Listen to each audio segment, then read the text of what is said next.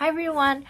Thank you for joining me today on the last installment of my Germany vlog, and today's vlog is going to be about Berlin.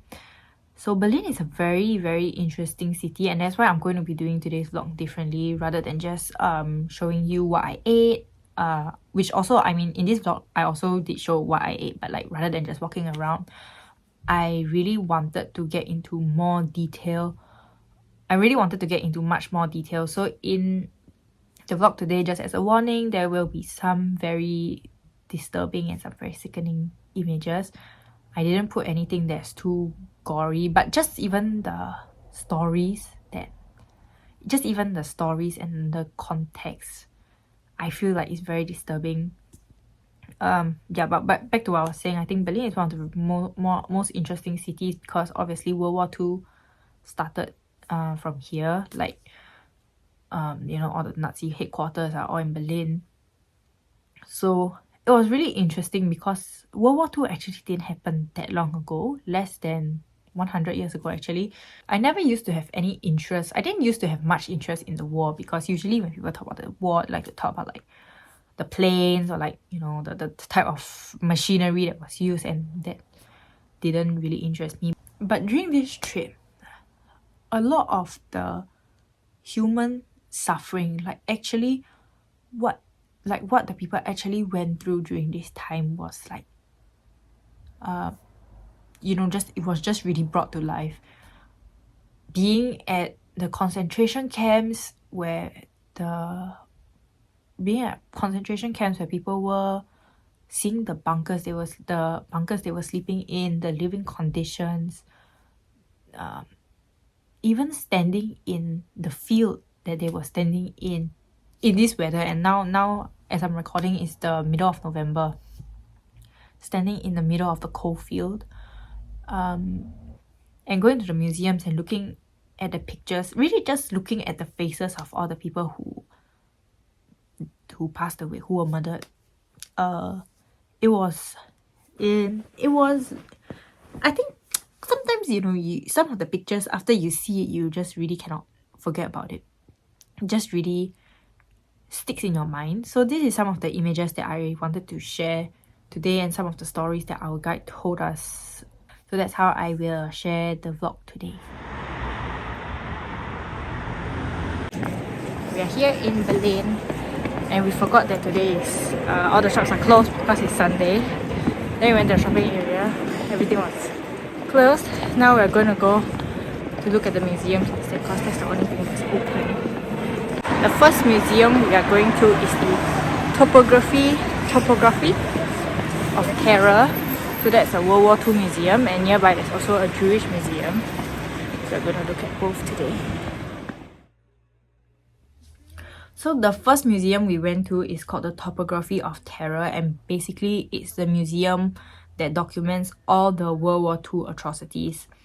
So from how Hitler got into power all the way until how the war ended, the countries that it affected, the different sectors within the Nazis. So I think some of you may be familiar, like the Gestapo, the SS, the SA. I think SA is not as famous. It's like the SS and the Gestapo. So all these are in the museum, and they have like quite a big exhibit detailing all of the information. And for us, we were very lucky to catch a guided tour. So this guided tour, if you ever go to the museum, is only on Saturday and Sunday, and I highly recommend that you go for it. So the first one that I want to show you is this picture of the beginnings of the Nazi Party. This is when I think Hitler just got into power, and it was very interesting because he was actually elected. I mean, he didn't make his way up there through any like unorthodox means. He actually got elected by the people. This is another photo that really made me very I don't know, it just sickened me a lot. Like, if you look at the photo, so I remember the guide told us this exactly. If you look at the photo, what can you see? So I was looking at the photo and I was like, are they holding like a pole in their mouth? And then I realized they're actually playing tug of war. They're playing tug of war and with a rope in their mouth.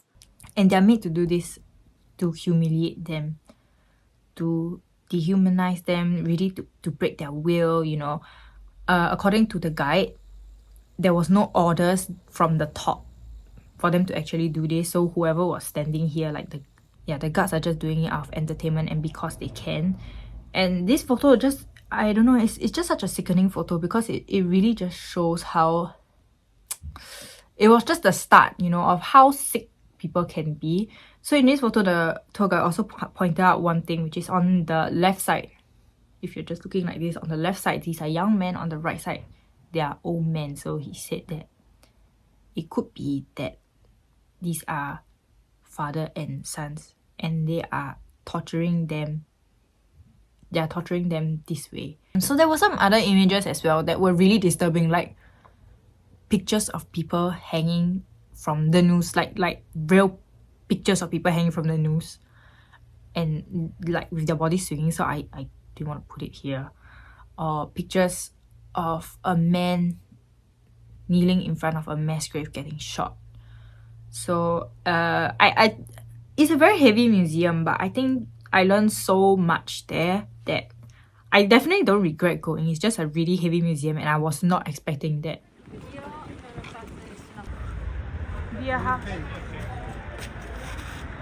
Oh, we are here at Hofbrau, Berlin. We are here to eat a pork knuckle today.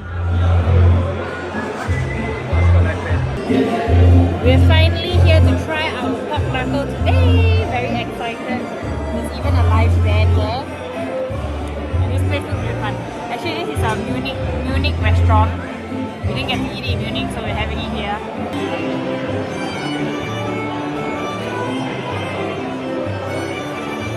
We have hot chocolate, goulash soup, and our pork knuckle.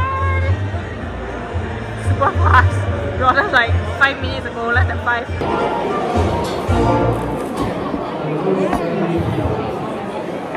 Very nice. Very crunchy.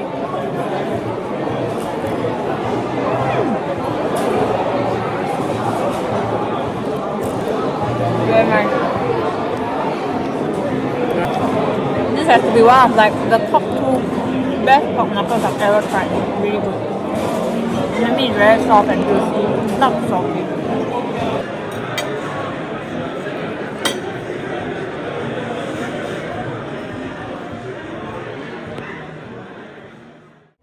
Today we're going to do our walking tour.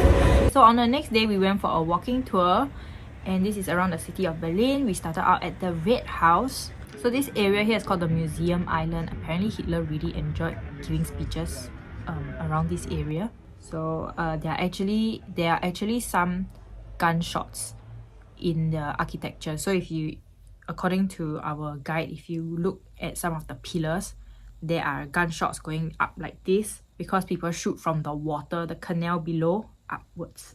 This is another place I thought that was pretty impactful, and this is a memorial. So this is what it looks on the outside, but inside you can really see that it's a memorial, and the statue is actually a mum hugging her son, her dead son. So in this artist, the person who created this statue, her son died in the war. So yeah, that's what it was supposed to show. Then here is the Berlin Wall. So this is after World War II. This is during the Cold War. It's actually pretty recent. That's like only 40 years ago. It's pretty recent. So in the center of Berlin, there is a memorial to the murdered Jews of Europe. This artist decided to create this memorial and not give an explicit meaning to what he is trying to portray. So some of the common guesses are, of course, this looks like a graveyard.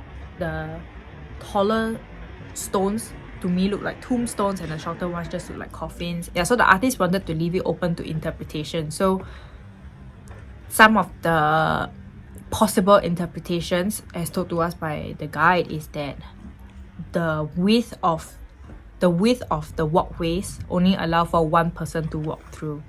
So maybe to symbolize that they're walking through this difficult journey alone. And if you look at the height of the stones, it actually starts like low and then goes high very quickly, and it could possibly represent like the difficulties that the Jews were facing during the war, because it started out as small inconveniences. I wouldn't say it's small inconveniences, but it started out as inconveniences, and then after that very quickly escalated and built up to them being murdered. So our walking tour guide was also saying that this Brandenburg Gate actually represented a lot of things. Like it represented, I think it initially started out representing peace. Then after that it started to represent victory. Then after that it started to represent unity. So this gate has a lot of changing meanings. In the Jewish Museum, they tell you a lot about like the Jewish culture and life, some of the famous Jews. But this is something I really wanted to share. So look at all these pillars, like these pieces of paper. These are all new things that Jews were prohibited to do, and just look at how long this is. This wasn't even the end. You could walk like this through the whole thing. I was like, every single day there is something new that they cannot do, and to see it all on the paper like this, it was crazy. This starts from 1930, when all these new rules were being imposed on the Jews. So 1930 and 1931 is pretty short, but from 1933 onwards, just look, almost every single day. And then you go to this date, 1942. Jews are prohibited from talking to non-Jews in the open street. It is prohibited to prescribe high-quality drugs for Jews. Jews are not permitted to move quickly or run in the street. Yeah, that was the situation. And just reading this, you know, it's just having all these laws put right in front of your face, like, you know, like really understand how difficult it is to live at that time. It's our last dinner up here in Berlin. What's this meatballs with potato, and mine is, I think it's currywurst, ham sausage, and a normal bratwurst. Yeah. This is the currywurst.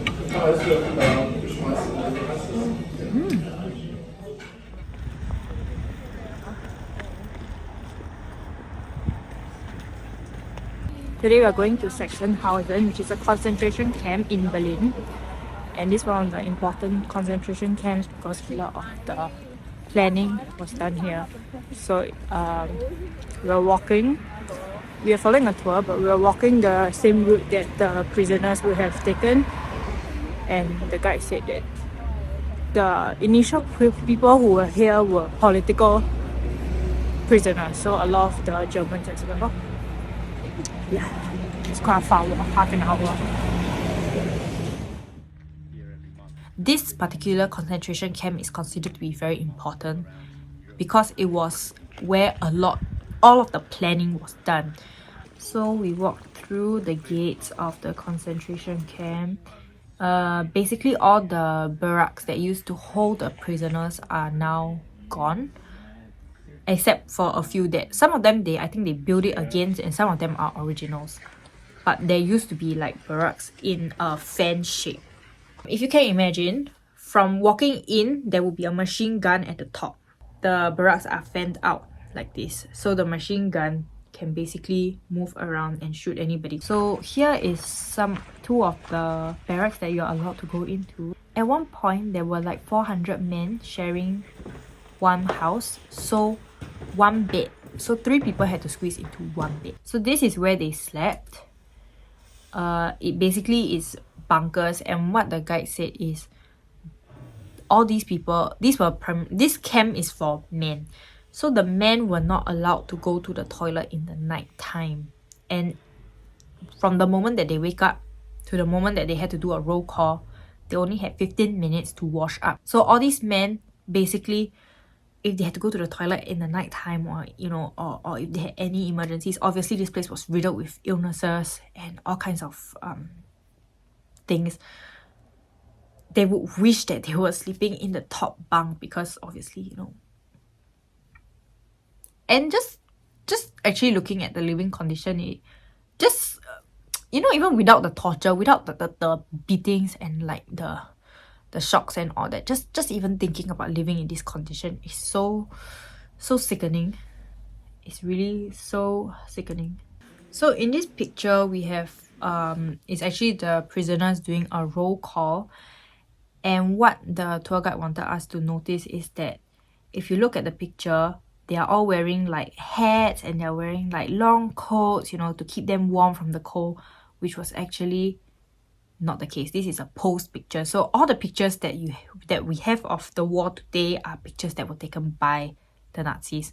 When they took this photo, they wanted to show the world that they weren't doing anything wrong as well. So when I went there in mid-November, it was already pretty cold. Like we had to wear thick winter jackets. I was wearing like 2 layers. What they had at the time were actually just cotton pajamas. And during this roll call, it could take up to 2 hours just standing in the cold. And one story that I remember is that some of these people tried to escape and they eventually were caught back and they got punished by having to do a 24-hour roll call. So basically they were standing 24 hours in the cold at attention. Anybody who moved or anybody who fell was shot. You know, being able to stand in the same field that they stood in and just even being able to just standing there, you feel like, I don't know, the willpower that they had every day to keep on surviving is really so strong, because the conditions was really so horrible.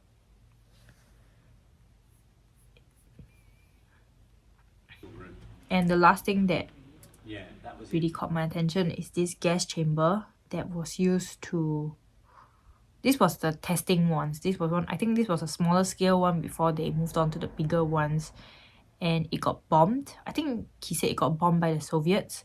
So that's why the walls are gone and the floor is destroyed. But in this particular areas, this particular room, a lot of horrible things were going on, such as people getting shot in the neck. So this is all that I wanted to share.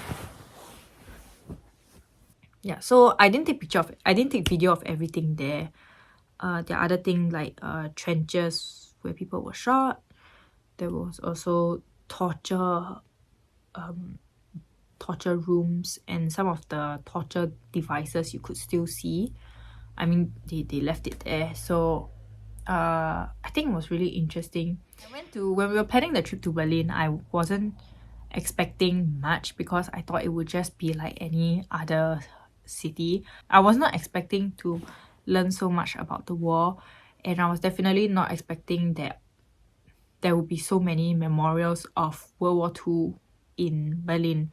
Because World War II, I mean, it happened in Europe, it also happened in Asia, but you don't see the same amount of memorials around the city, or you don't see people who are actively remembering that it happened, remembering the victims who died, remembering how people are affected by the war today, and even making an effort to learn from the past.